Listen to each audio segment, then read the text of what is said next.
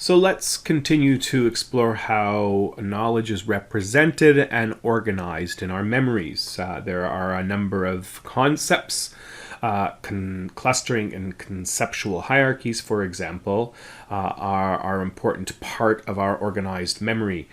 Clustering is the tendency to remember similar or related items in groups, so like animals, clothing, utensils, and so on and so forth.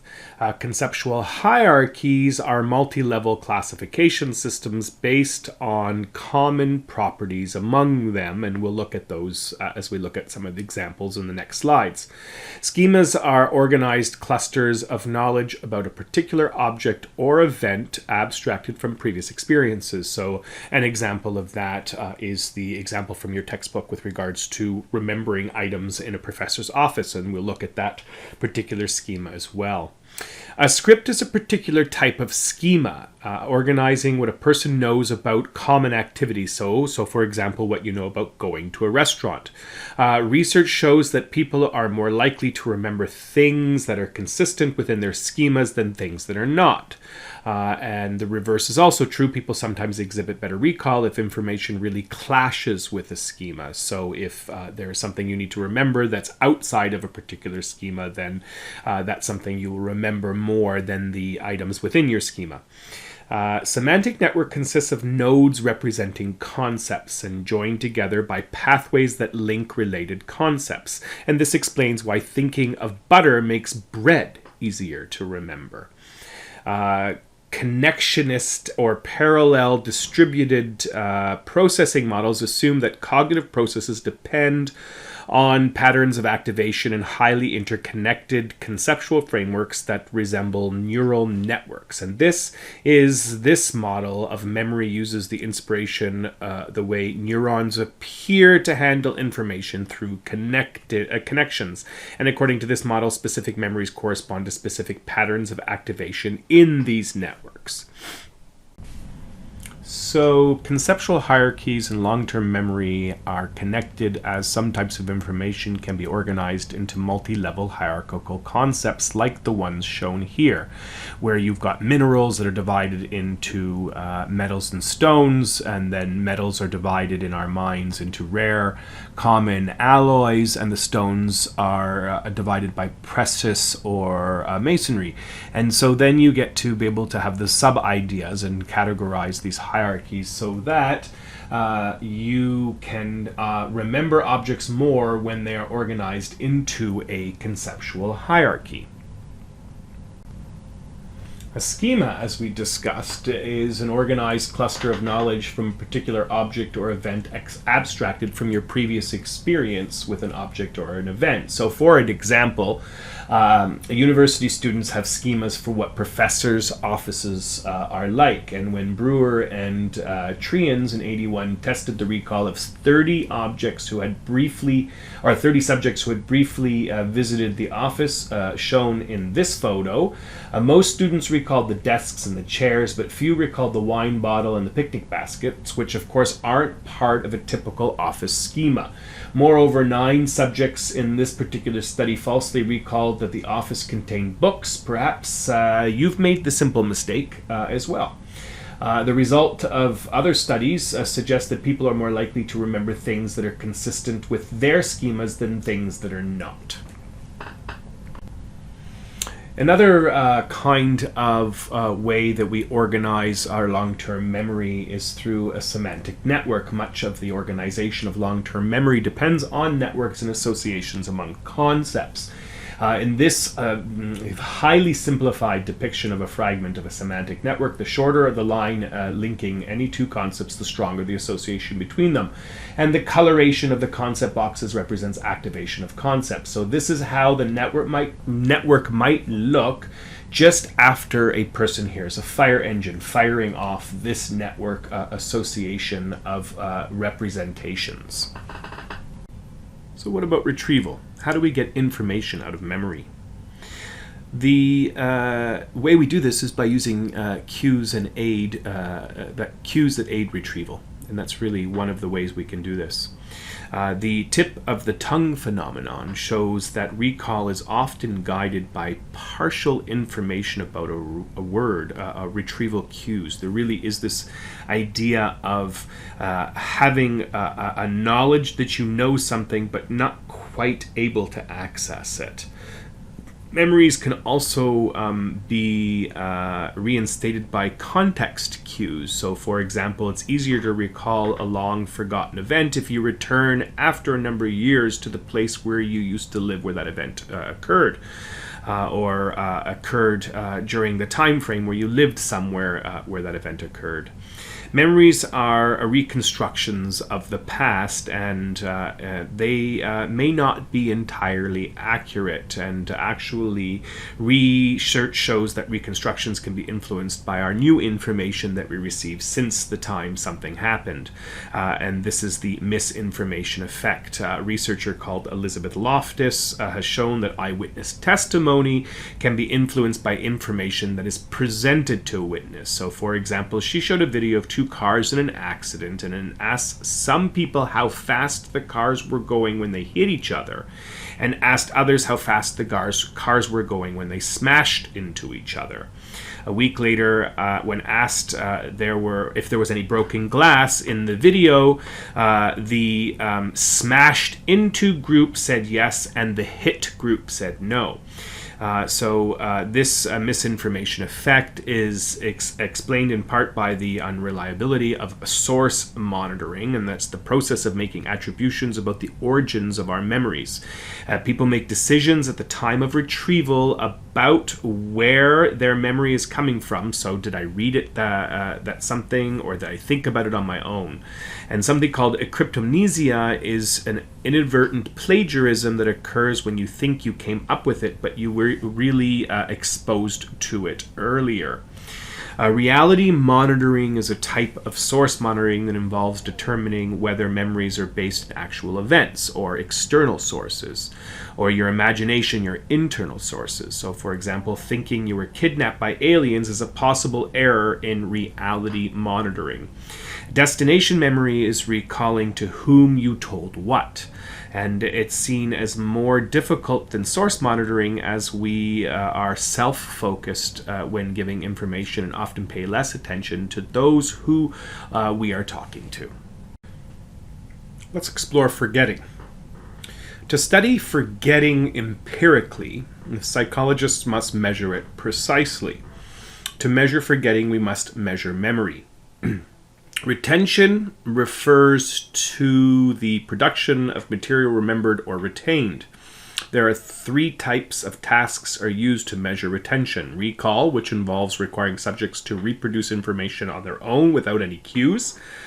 Recognition, which involves requiring subjects to select precisely learned material from an array of options.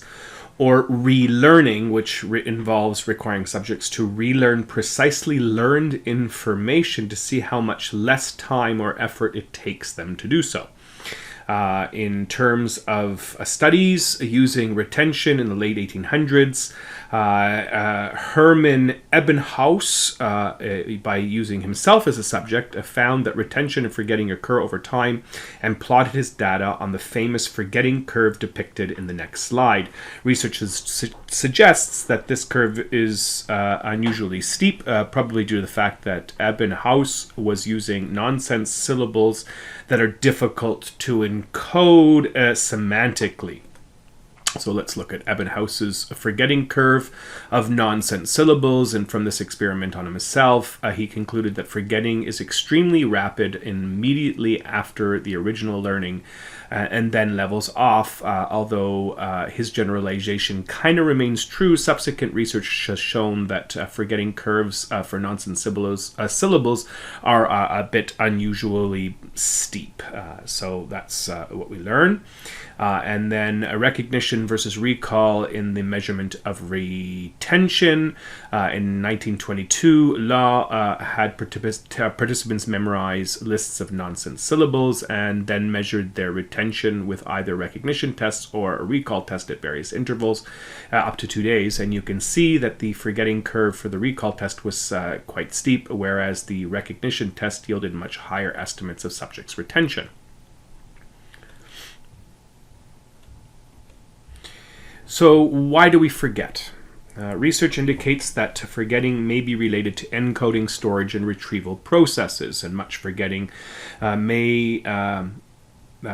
more forgetting may look like forgetting. It may never be inserted into memory in the first place. So pseudo-forgetting is what we call that, and this is usually due to a lack of attention. So the encoding does not occur. So we're not actually forgetting, we actually have it encoded. And so ineffective encoding occurs when you encode on more of a superficial level than you need to. So, for example, you're distracted when studying and encode what you are reading on a phonemic, but rather than a semantic level, which is a more concrete way to connect your memories into your long-term memory and then to recall them. Decay theory proposes that forgetting occurs because a memory traces fade with time. And the negative impact on competing information on retention is called interference. And interference theory holds that people forget information because of completion from competitions that are happening from other material that they're using. Proactive interference occurs when precisely learned information interferes with retention of new information, and then while retroactive interference occurs when new information impairs the retention for precisely learned information. And figure 7.1.6 presented on the next slide illustrates the two types of interference. So we have the retroactive interference, new learning interferes with old learning, and we have proactive interference where old learning interferes with new learning.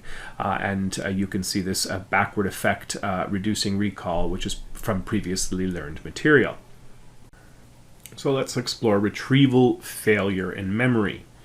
The encoding specificity principle holds that the effectiveness of a retrieval cue depends on how well it corresponds to the memory code that represents the stored item. So the closer a retrieval cue is to the way we encode the information, the better we're able to remember it. The transfer appropriate processing theory holds that when the initial processing information is similar to the type of processing required by the subsequent measure of retention, retrieval is easier. Repression involves the motivated forgetting of painful or unpleasant memories. Recent years have seen a surge of reports of repressed memories of, for example, child sexual abuse. And although this is a very important subject area, it also lays question to the authenticity of these repressed memories and is challenged by empirical studies that show that not all hard-to-create false memories that are many recovered memories are actually the product of suggestion. Roediger and McDermott in 2000 have shown that when participants are asked to learn a list of words and another target word that is not on the list but is strongly associated with the learned word is presented, the subjects remember the non-presented target word over for 50% of the time. On a recognition test, they remembered about 80% of the time, a memory illusion. While research shows clearly that memories can be created by suggestion, in the cases of sexual abuse memories, for example, the issue becomes quite emotionally charged. Some cases of recovered memories are, of course, very authentic, and we don't yet have adequate data to estimate what proportion of recovered memories of abuse are authentic and what proportion are still not. But still, the controversy itself has helped inspire a great deal of research in psychology that is increasing the understanding that psychology has of the fallibility and the malleability of human memories. Regardless of how memory impact impacts our human experience of abuse. Estimates of the prevalence of childhood physical and sexual abuse were conducted in 1997 through a random sample of almost 10,000 adults living in Ontario. And as you can see here, males were more likely to have experienced physical abuse, females more likely to have suffered from sexual abuse, and the data supports the assertion that we know that millions of people have been victimized by childhood abuse, and the childhood sexual abuse and abuse in general is far from rare. So let's explore how memory goes wrong with the 7 sins of memory. So the first being the sin of omission, and the sin of omission occurs when we cannot bring the memory to mind. Transience is the simple weakening of a memory over time. And this is what we tend to think of most often when we think of memory failure. Absent-mindedness refers to memory failure that is often due to failure to pay attention because we are perhaps preoccupied with other things, like, for example, when we lose our keys or we misplace a disk or a drive that we need for our computer or a cable.